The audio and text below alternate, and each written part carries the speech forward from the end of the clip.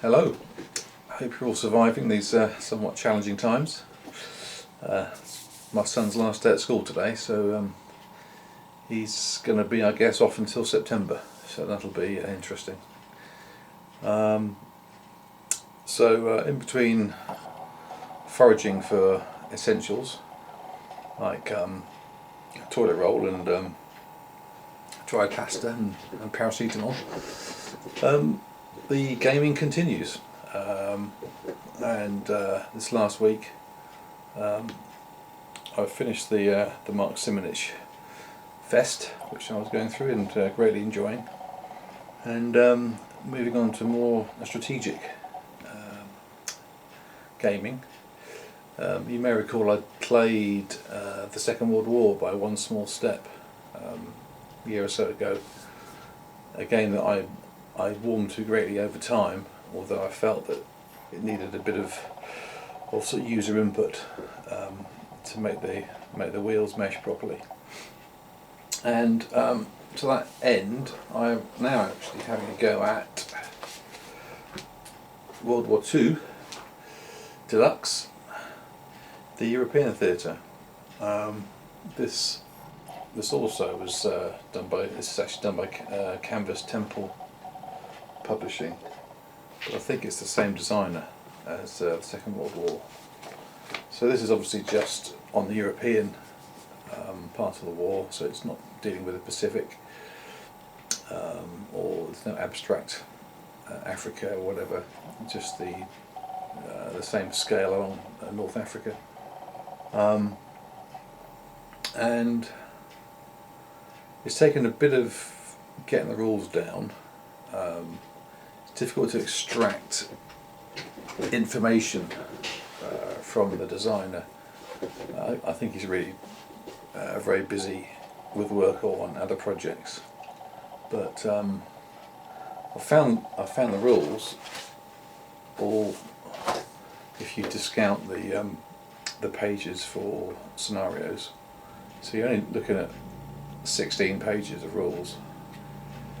But I don't know whether it's the layout or the language, but I've found them a bit of a struggle. Some things just didn't really make sense. One of the issues was that there's rules for naval combat, but you're not allowed to move your fleets into a port if there are enemy fleets in that port, so they're basically immune from combat. Okay, that's reasonable. There'll probably be some defensive shore batteries and stuff which would make a naval attack pretty costly. However, when it gets to amphibious invasions, the rules say things like if the landing hex is occupied by enemy land units, conduct a normal land combat after displacing enemy fleets and air units. So it's so the fleets have gone from being protected by the port and hex to suddenly having to displace, and it may just be a game mechanic to allow amphibious invasions at this scale, but not to allow fleet on fleet combat within a friendly port. So I think I've got my head around that now. And sort of other issues, which one that comes to mind is whether you're allowed to move your units before they embark for naval transport. So under the naval transport rules, which to me slightly confusingly are called amphibious landings as opposed to amphibious assaults. So you get your head around the fact that amphibious landings are actually naval transport missions. it says that if a unit lands at a friendly control port, it may continue moving on land normally up to its full movement factor, to include movement points spent prior to boarding. Great, so you can move, if your movement allowance is 3, you can move 1, get to a friendly port, and off you go. Well, that's okay. In a different section, section 8.3, talking about fleets, 8.3.4, each surface fleet can transport 1 land or air unit at a time. Both units must begin the friendly movement phase in the same hex or box. I mean, is it me, or does that directly contradict the rule that was in 8.1.3? No. So I think what it's getting to is that, and how I've been playing it, is that if you're doing amphibious landings, which I guess in most games they would use a term like naval transport, then you've got the freedom to move prior and post the naval segment of the move. You've got to bear in mind these are seasonal turns after all. Whereas amphibious assaults, when you are actually going to be attacking enemy controlled hexes, then they have to, there's a further restriction that you have to be within 5 hexes of the target hex from the point that you embark, and I'm playing that you can't move prior to the amphibious assault. I think being able to transport a unit from America to the south coast of England and then potentially assault from there into France on the same season is a bit of a stretch. So I've come up with that rule. It seems to work for me, and I suspect that maybe that's what the rules were trying to say, but they didn't make the distinction between essentially naval transport and launching amphibious assaults. So that was a bit of a stumbling block, and just trying to get some answers was tough. You get a response like, oh, just play the rules as it says in the book and you'll be absolutely fine. You're sort of making it a bit harder than it actually needs to be. Well, okay, or maybe you could include some example of play which might help to clarify that to the less smart among us. But I think that's okay. And I had a good few games of it, and I was finding that the Axis were really very hard to sort of stop once they get their engine going, because there's a bit of a feedback loop in terms of resources, in that as the Germans take them off the Allies, they then add them onto their own stockpile. So particularly in Russia, the Russians get squeezed quite a lot, and it's difficult to maintain the Russian forces. There's an element of Lend-Lease. However, the game does model the U-boat war quite nicely, and that tends to squeeze the Russians to a point where they really, or for me, they were really struggling. And I made a couple of minor changes which seems to have turned it around, which I was going to share. And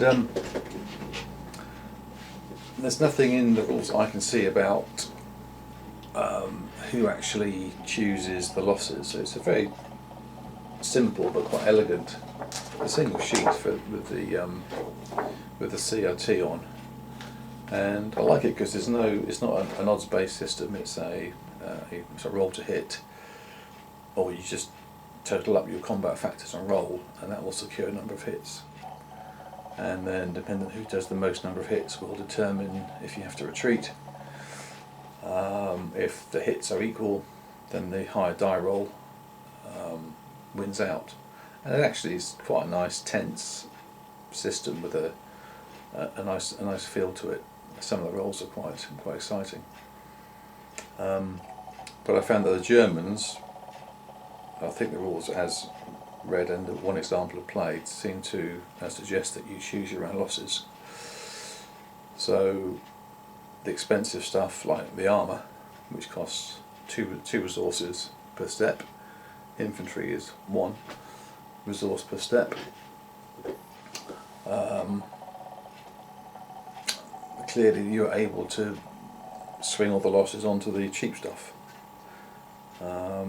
which meant that it's very difficult for the, on a typical turn, once you get into Russia, the Germans are on about 10 resources per season, the Italians on 2, the British probably on about 4, the Russians start on 8, and they start to fall away once some of the cities start to get snapped up by the Axis. So the fact you can always, take it on the cheap stuff seemed a little odd.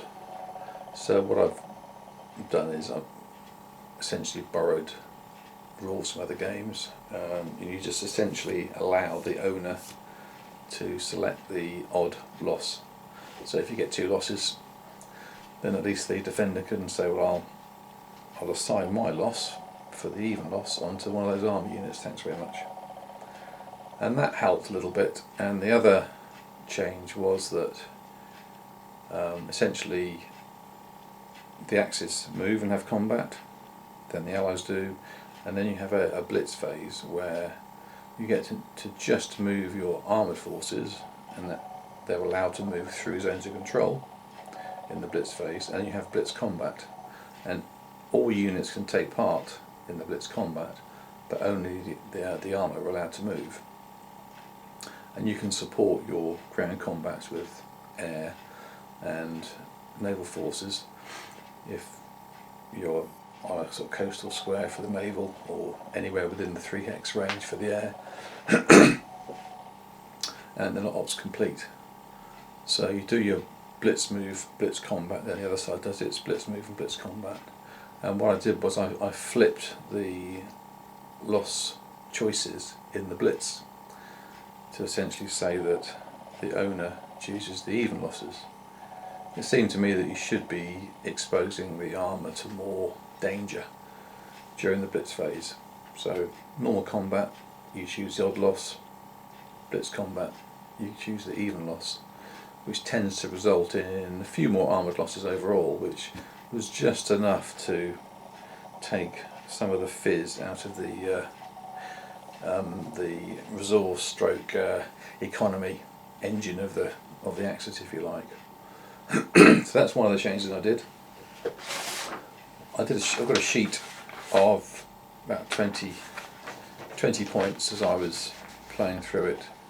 Some things were just notes to self. Don't forget to do this, or I think it would be better if I just changed that rule slightly. I clarified my understanding of the amphibious assault stroke amphibious landing rules, what they meant. And the only other change, I suppose, which was a bit of a departure, is in terms of the retreating. As far as I can tell in the system, the person with the lower losses, or with the lower die roll if losses are equal, has to retreat, and that applies to the attacker and the defender. And I just find sometimes, when you've got a strategic game where the hexes represent, I don't know, however many 100 miles, that an attacker retreat result just seems a bit extreme. So for example, the Axis forces get adjacent to Paris in 1940. The French say, well, let's go for a counter-attack. Oh, I've been outdiced on a counter-attack. I've now got to retreat and vacate my forces from Paris and potentially the other hexes around it, which obviously then just leaves it open for the Germans to walk in the blitz in the Blitz movement phase. So yeah, I've essentially changed it from an attacker retreat to an attacker repulse, if you call it a repulse rather than a retreat. So the attack gets repulsed, but there's no physical retreat of the attacking units. They just stay in place, having been repulsed. Just seems cleaner to me. It makes the game a bit more exciting because you'll make a few counter attacks to try and win back territory. If you know you're going to get repulsed, is the worst that can happen. If you're going to get a retreat, it could be a complete disaster, and you end up having to vacate hundreds of miles of front line because of one bad die roll. So that was the other change. I don't think there's anything else that sort of merits mentioning specifically. I mean, I had a little tweak for the British having radar, giving them a shift for air-to-air combat over the UK mainland, and any strategic bombing which was intercepted by the RAF, or by the RAF, because there were no American forces around at the time. Over the UK, they got a favourable column shift on the CRT. So I'll take a bit of footage, show you the map. It's a nice map. There are two maps. I actually got this game from a friend of mine who's downsizing his collection. So thanks for that, Carl. Decent price. It comes with both a paper map and a very solid hard map board. Counts as a inch size, so pretty good for aging eyes. Couple of bits of counter errata, slightly annoying given that it's essentially a second edition. Obviously wasn't caught during the proofreading stage, but nothing to get too excited about. So in this game I'm up to the summer of 43, and the Allies are clearly doing better in France. They managed to invade France in, I think, end of 42, start of 43, but that's probably because the Germans have focused trying to knock out Russia. So the Germans are historically much more advanced in Russia than they were in 43, but they're obviously suffering, paying the consequences for that on the Western Front. And the Italians are still holding on just east of Tobruk. So yes, it hasn't followed history exactly, but you can see where the Axis have done well or better in one theatre. There's been a sort of price to pay somewhere else. So it's a good one. Plays pretty quickly. Fine for solitaire. I've got there's no hidden movement, no sort of dummy counters, anything like that. It's all very straightforward stuff. So let's get some pictures of the map and show it to you.